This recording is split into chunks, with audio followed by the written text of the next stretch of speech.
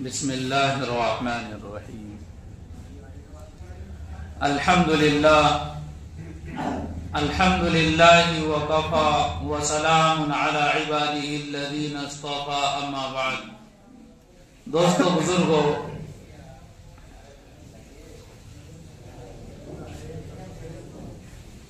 جمعے کے اس مبارک موقع پر اور تھوڑی دیر کے وقفے میں کچھ ضروری باتیں جو ہماری زندگی سے تعلق رکھتی ہیں، ہمارے مذہب سے تعلق رکھتی ہیں، بیان کی جائیں گی۔ یوں تو ہر بیان چاہے وہ کسی عنوان سے ہو اس لیے کیا جاتا ہے کہ مسلمان اپنے خالق کو پہچانے، اپنے مالک کو پہچانے، اللہ کو پہچانے، دنیا میں آنے کے مقصد کو جانے اور اس کے مطابق زندگی گزارے۔ آج ہم دیکھتے ہیں پوری دنیا کے اندر مادیت کا ایک سیلاب ہے جو بہہ رہا ہے، ایک ایسی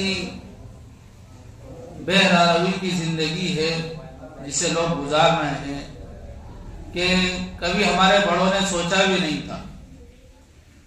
آج جن حالات کا سامنا ہم لوگوں کو ہے اس کا تصور بھی کبھی ہم لوگوں نے نہیں کیا تھا۔ آج بہت پسپائی کے اندر، ذلت کے اندر اور انتہائی خطرناک موڑ پر ہم لوگ پہنچ چکے ہیں۔ کیا کبھی غور کیا آپ نے کہ یہ حالات کیوں پیش آئے؟ کیا کبھی آپ نے غور کیا کہ جس مذہب کو، جس دین کو اللہ تعالیٰ قیامت تک رکھے گا اور جس دین کے اوپر اللہ تعالیٰ نے کامیابی اور ناکامی کا معیار اور دار و مدار رکھا ہے، وہ مذہب کے ماننے والے جن کے مذہب کو معیار بنایا گیا ہے، جس مذہب کے اوپر کامیابی کا دار و مدار رکھا گیا ہے، اس مذہب کے ماننے والے مسلمان اتنا ذلیل کیوں ہیں؟ کبھی غور کیا آپ نے؟ اگر نہیں کیا ہے تو غور کیجئے، ایک ایک بات کو سوچئے۔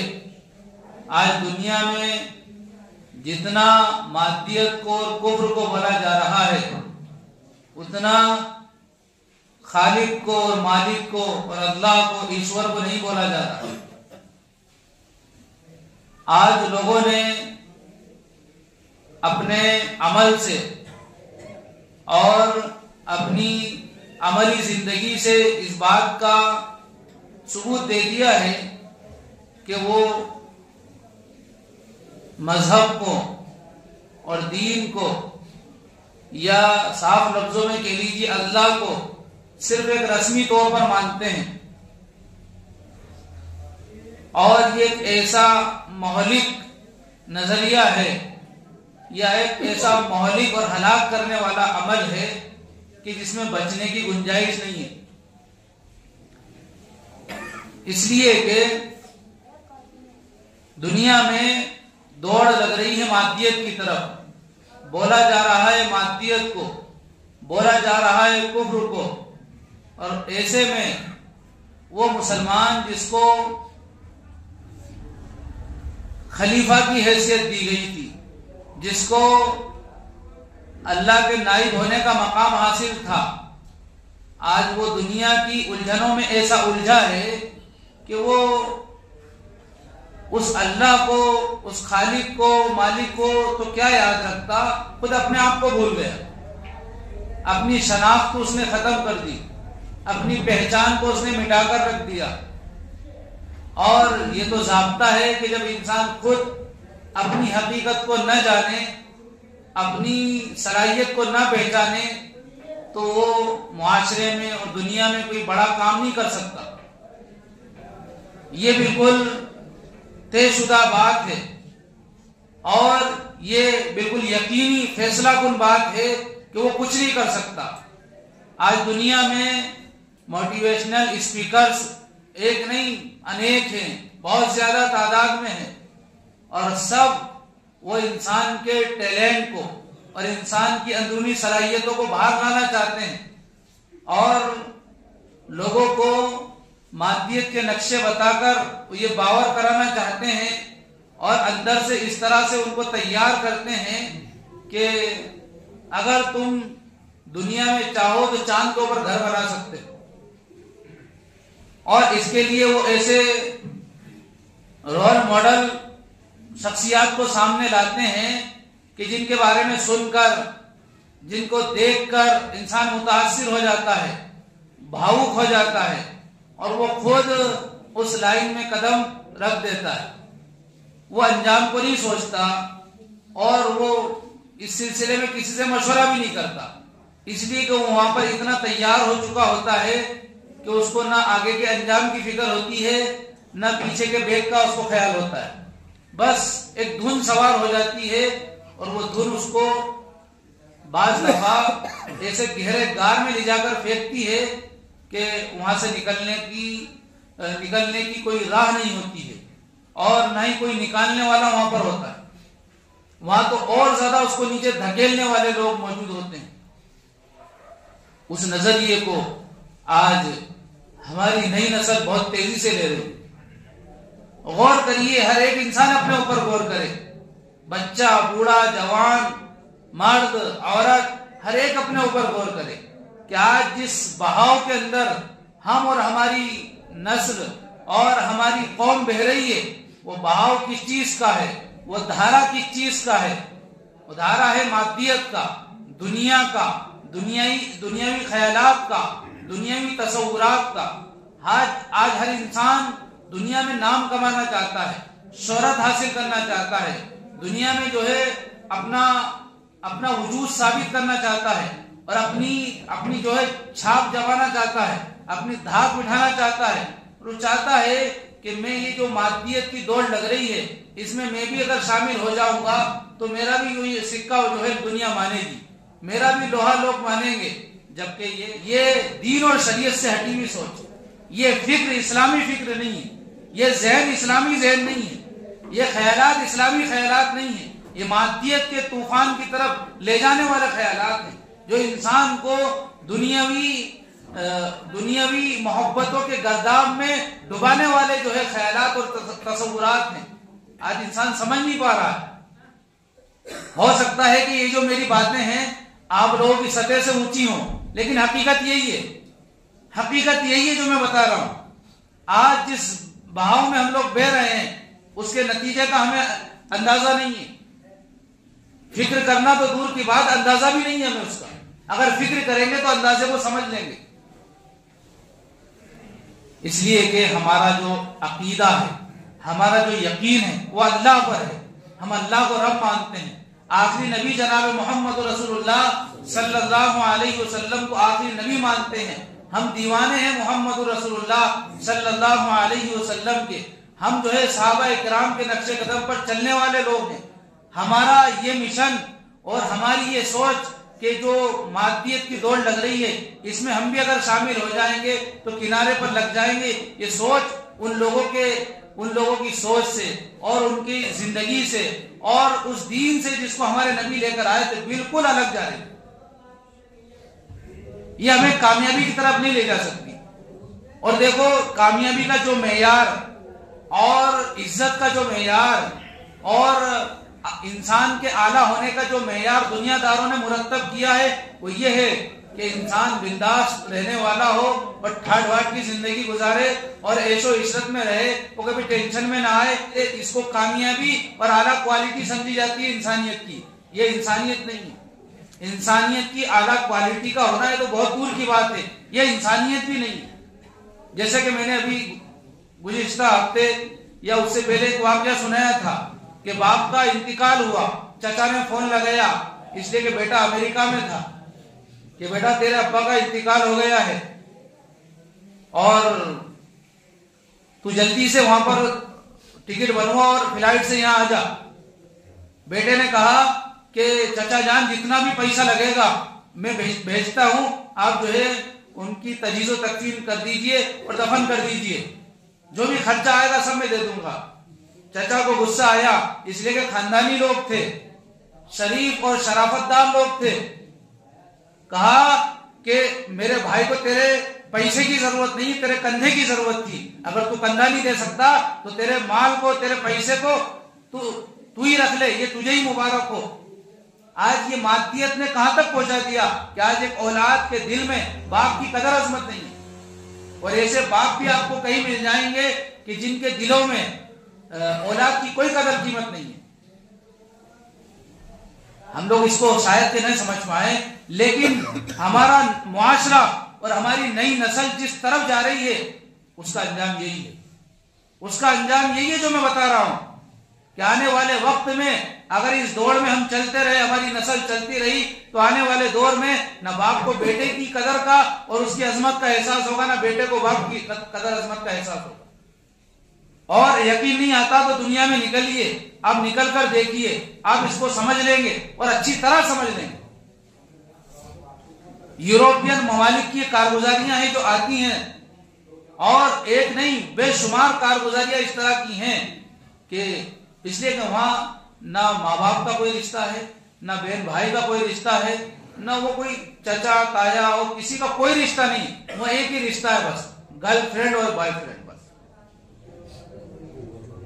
اور وہاں کی تہذیب کو آج ہمارے اس ملک میں بڑی تیزی سے نافذ کیا جا رہا ہے، بڑی تیزی سے پھیلایا جا رہا ہے۔ ہم جنس پرستی وہاں پر عام ہے، وہاں انسان کی مرضی جس سے چاہے نکاح کرے، جس کے ساتھ نکاح کا مطلب جس طرح ہمارے یہاں ہوتا ہے اس طرح نہیں، مطلب جس سے وہ دوستی لگانا چاہے لگائے۔ وہ انسانیت کی حد پار کر کے حیوانیت کی حدوں کو بھی پار کر دیا۔ آپ وہاں کے کلچر کا صحیح بارے میں، صحیح معنوں میں سوچ بھی نہیں سکتے کہ وہ کتنا بھیانک کلچر ہے۔ وہاں کی تہذیب نے پوری دنیا کو جنگل راج کے اندر داخل کر دیا ہے، اور آج وہ تہذیب بڑی تیزی سے پھیلائی جا رہی ہے۔ اور ہر انسان، اور یاد رکھو کہ جب ایک انسان کسی چیز کا ارادہ کر کے نکلتا ہے تو وہ اپنے مطلب کو حاصل کرنا چاہتا ہے۔ مثال کے طور پر ایک انسان چوری کے ارادے سے نکلا کہ بہت سارا مال مل جائے گا، اب ظاہر سی بات ہے اکیلا چوری نہیں کر سکتا، تو 4 لوگوں کو ساتھ میں لیا۔ یہ ایک چور تھا اور 3 چور نہیں تھے، اس ایک نے 3 کو بھی چور بنایا۔ اب یہ جو 4 چور بنے ہیں یہ کئی لوگوں کو چور بنائیں گے، اور اس طرح سے جب اس چوری کا ریشیو بڑھے گا اور یہ تعداد جب بڑھے گی اور یہ سلسلہ جب پھیلے گا تو پھر وہ یہ نہیں دیکھے گا کہ یہ میرا استاد ہے، وہ اس کی بھی چوری کرتے ہیں۔ تو جب کسی چیز کی شروعات ہوتی ہے تو اس وقت اس کا اندازہ لگانا کہ اس کا انجام کیا ہوگا بڑا مشکل کام ہوتا ہے۔ اس لیے دین اور شریعت اس چیز کا نام ہے کہ جو حد میں رکھتا ہے، حد بندی میں رکھتا ہے کہ اس کو پار کرو گے تو پھر ہمیں نہیں پتا کہ تم کہاں جا کے رکو، پھر تمہارا انجام گمراہی کے سوا کچھ بھی نہیں ہے۔ اور پھر گمراہی میں اللہ تعالیٰ قرآن میں فرما رہے ہیں ذل ضلالا بعیدا، اتنی دور چلے جاؤ گے کہ وہاں پہ لوٹنے کے لیے راستہ نظر نہیں آئے۔ تو دوستو بزرگوں، مادیت کا جو طوفان اور جو سیلاب امڑ کر آ رہا ہے اس کی موجوں سے اور اس کی لہروں سے اور اس کے چھینٹوں سے ہم بچ نہیں پا رہے ہیں۔ وہ طوفان ہمارے گھروں میں داخل ہو چکا ہے، ہماری زندگیوں میں سرایت کر چکا ہے۔ اس کے لیے ضرورت ہے احساس پیدا کرنے کی، شعور کو بیدار کرنے کی، اور نئی نسل کو تیار کرنے کی کہ مادیت کا طوفان جو اللہ سے انسان کو دور کرتا ہے، جس کی سوچ اور فکر اور جس کا منبع و ماوا یہ ہے کہ بس انسان ہی سب کچھ ہے، انسان اپنی صلاحیت کو نکالے، باہر نکالے، وہ دنیا میں جو ہے چاند پر بھی جا سکتا ہے، سورج پر بھی جا سکتا ہے۔ اور ایسے جو شخصیات کو سامنے لایا جاتا ہے، یقیناً جن لوگوں نے محنت کی چاند پر بھی گئے، انہوں نے جو ہے ستاروں پر کمندیں ڈالی ہیں، سیاروں کی انہوں نے سفر کیا ہے، انہوں نے زمین سے لے کر آسمانی خلا تک جو ہے جا کر دیکھا ہے کہ دنیا کیسی ہے۔ یہ بالکل کوئی ڈھکی چھپی بات نہیں ہے، لیکن مجھے بتائیے کہ کیا ہر انسان وہاں تک پہنچ سکتا ہے؟ نہیں پہنچ سکتا۔ یہ عقیدہ ہمیں اسلام دیتا ہے کہ دیکھو تم محنت کرو، آگے بڑھو، محنت سے تمہیں ہم نہیں روکتے، تمہیں کامیابی اور ترقی سے ہم نہیں روکتے، لیکن ایک بات یاد رکھنا، اور اسی ایک بات کو سمجھانے کے لیے میں نے اتنی لمبی تمہید باندھی ہے کہ تم ترقی کرو، آگے بڑھو، ہم نہیں روکتے، لیکن یاد رکھنا کہ اللہ کا حکم توڑ کر تو آگے نہیں بڑھ رہے۔ اگر اللہ کا حکم توڑ کر آگے بڑھ رہے ہو تو یاد رکھنا وہاں تک پہنچو یا نہیں پہنچو یہ تو ہم نہیں کہتے، لیکن آخرت میں تمہیں ذلت آمیز جو عذاب دیں گے اس کو تم برداشت نہیں کر پاؤ، بڑا بھیانک اور خطرناک عذاب ہوگا۔ اس لیے ترقی سے اسلام نہیں روکتا، مذہب نہیں روکتا، بلکہ یہ دعوت دیتا ہے اس بات کی کہ ایمانداری کے ساتھ آگے بڑھو، عدل کے ساتھ آگے بڑھو، انصاف کے ساتھ آگے بڑھو، ایک دوسرے کے حقوق ادا کرتے ہوئے آگے بڑھو، انسان کو انسان سمجھو۔ اور جس اللہ تعالیٰ نے جس معاشرے میں ہمیں پیدا کیا ہے، جس مذہب کو ہم مانتے ہیں، اس کے جو احکامات ہیں اس کو اپنی زندگی پر ہر لائن میں، ہر موڑ پر، ہر شعبے میں خود اپنے اوپر نافذ کرو۔ یہ مت دیکھو کہ فلاں جگہ فلاں انسان کیا چاہ رہا ہے اور فلاں جگہ کا قانون کیا ہے، یہ دیکھو کہ میرے مذہب کا قانون کیا ہے، اس لیے کہ مذہب اس چیز کا نام ہے جو قانون توڑنے کی دعوت نہیں دیتا، قانون کو ماننے کی دعوت دیتا ہے۔ ہماری پوری شریعت اٹھا کر دیکھ لیجئے، کوئی مسئلہ، کوئی قانون ایسا نہیں ملے گا جو اس بات کی دعوت دیتا ہو یا اس بات کا پیغام دیتا ہو، بلکہ اشارہ بھی کرتا ہو کہ تم جو ہے قانون توڑ دو، ایسا کہیں نہیں ملے گا۔ بلکہ ایک حدیث میں، مشکات شریف کی حدیث ہے، نبی صلی اللہ علیہ وسلم نے فرمایا کہ ایک زمانہ ایسا آئے گا کہ ایک چودھری اپنے چپا کھٹ پر بیٹھا ہوا ہوگا، اپنی چارپائی پر بیٹھا ہوا ہوگا، ٹیک لگائے ہوئے ہوگا، نماز کا وقت ہو جائے گا وہ نماز نہیں پڑھے گا، اور اس کی وجہ سے دوسرے بھی نماز نہیں پڑھیں گے، اس لیے کہ وہ چودھری ہوگا، وہی ذمہ دار ہوگا، اس کی وجہ سے کوئی بھی نماز نہیں پڑھے گا، اس لیے کہ جب تک وہ مسجد میں نہیں آئے گا کوئی نماز نہیں پڑھ سکتا۔ ایسے میں تم کیا کرو گے؟ صحابہ اکرام نے پوچھا ہم کیا کریں گے؟ پھر تو ہماری نماز قضا ہو جائے گی، یا ہماری نماز آخر وقت میں پڑھیں گے تو اس کا گناہ ملے گا، مکروہ ہو جائے گی۔ تو آپ نے فرمایا کہ تم اپنی نماز انفرادی اکیلے میں پڑھ لینا چپ چاپ، اور اس کے ساتھ جماعت میں بھی شریک ہونا۔ بتائیے ہمارا مذہب تو یہ ہے جو قانون کو ماننے کی دعوت دیتا ہے، توڑنے کی دعوت نہیں دیتا۔ تمہیں بتانا چاہ رہا ہوں کہ ہم سب اپنی شریعت کو اپنے اوپر نافذ کریں، یہ پہلی ذمہ داری ہے ہر مسلمان کی۔ دعا کرتے ہیں اللہ تعالیٰ سے، یہ مضمون بڑا لمبا ہے، بڑا طویل ہے، مختصر میں نے سمجھانے کی کوشش کی ہے، اور خلاصہ یہی ہے کہ اگر اللہ نے ہماری زندگی میں، ہمارے مقدر میں اگر کامیابی لکھی ہے، روپیہ پیسہ لکھا ہے، دولت لکھی ہے، شہرت لکھی ہے، چاند پر جانا لکھا ہے، تو ہم وہاں تک ضرور پہنچیں گے، اور صرف گھر میں بیٹھے رہیں تو نہیں پہنچیں گے۔ ہمیں محنت کرنا ہے، لیکن جائز طریقوں سے کرنا ہے، صحیح نہج پر کرنا ہے، اللہ اور اس کے رسول کے حکموں کے مطابق کرنا ہے۔ تو اس چیز کو سمجھنے کی، عمل کرنے کی، اور ہم لوگوں کو سنجیدگی سے لینے کی اللہ تعالیٰ توفیق عطا فرمائے۔ آمین۔ وآخر دعوانا ان الحمد للہ رب العالمین۔